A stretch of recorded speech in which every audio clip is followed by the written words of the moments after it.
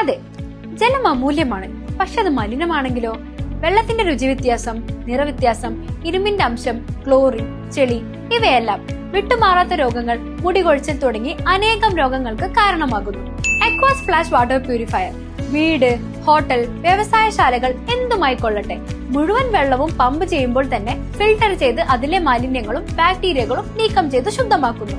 കൂടാതെ അടുക്കളയ്ക്കായി പ്രത്യേകം ഡിസൈൻ ചെയ്ത പ്യൂരിഫയറും ലഭ്യമാണ്. അക്വാസ് ഫ്ലാഷ്, ഇനി ഓരോ ഡ്രോപ്പും ക്രിസ്റ്റൽ ക്ലിയർ.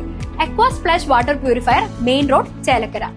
കേരള നിയമസഭാ തെരഞ്ഞെടുപ്പിന് ദിവസങ്ങൾ മാത്രം ബാക്കി നിൽക്കെ ചേലക്കര മണ്ഡലത്തിൽ പോളിംഗ് സാമഗ്രികളുടെ വിതരണവും ഉദ്യോഗസ്ഥർക്കുള്ള പരിശീലനവും അവസാന ഘട്ടത്തിലെത്തി. കേരള നിയമസഭയിലേക്കുള്ള പൊതു തെരഞ്ഞെടുപ്പിന് നാടും നഗരവും ഒരുങ്ങിക്കഴിഞ്ഞു. ഏപ്രിൽ 9 നടക്കുന്ന വോട്ടെടുപ്പിനായി സംസ്ഥാനത്തെ 140 മണ്ഡലങ്ങളും സജ്ജമാകുമ്പോൾ ചേലക്കരയിൽ വിപുലമായ ഒരുക്കങ്ങളാണ് ഭരണകൂടം പൂർത്തിയാക്കിയിരിക്കുന്നത്.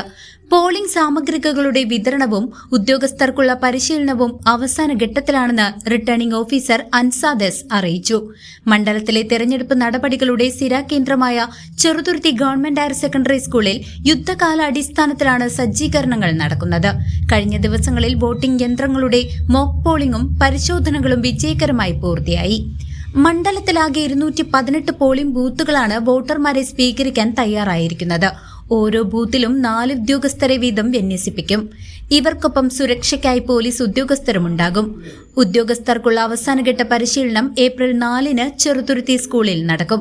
8 തീയതി രാവിലെ മുതൽ വോട്ടിംഗ് യന്ത്രങ്ങളും മറ്റാവശ്യ സാമഗ്രികളുമായി ഉദ്യോഗസ്ഥർ അതത് പോളിംഗ് കേന്ദ്രങ്ങളിലേക്ക് യാത്ര തിരിക്കും.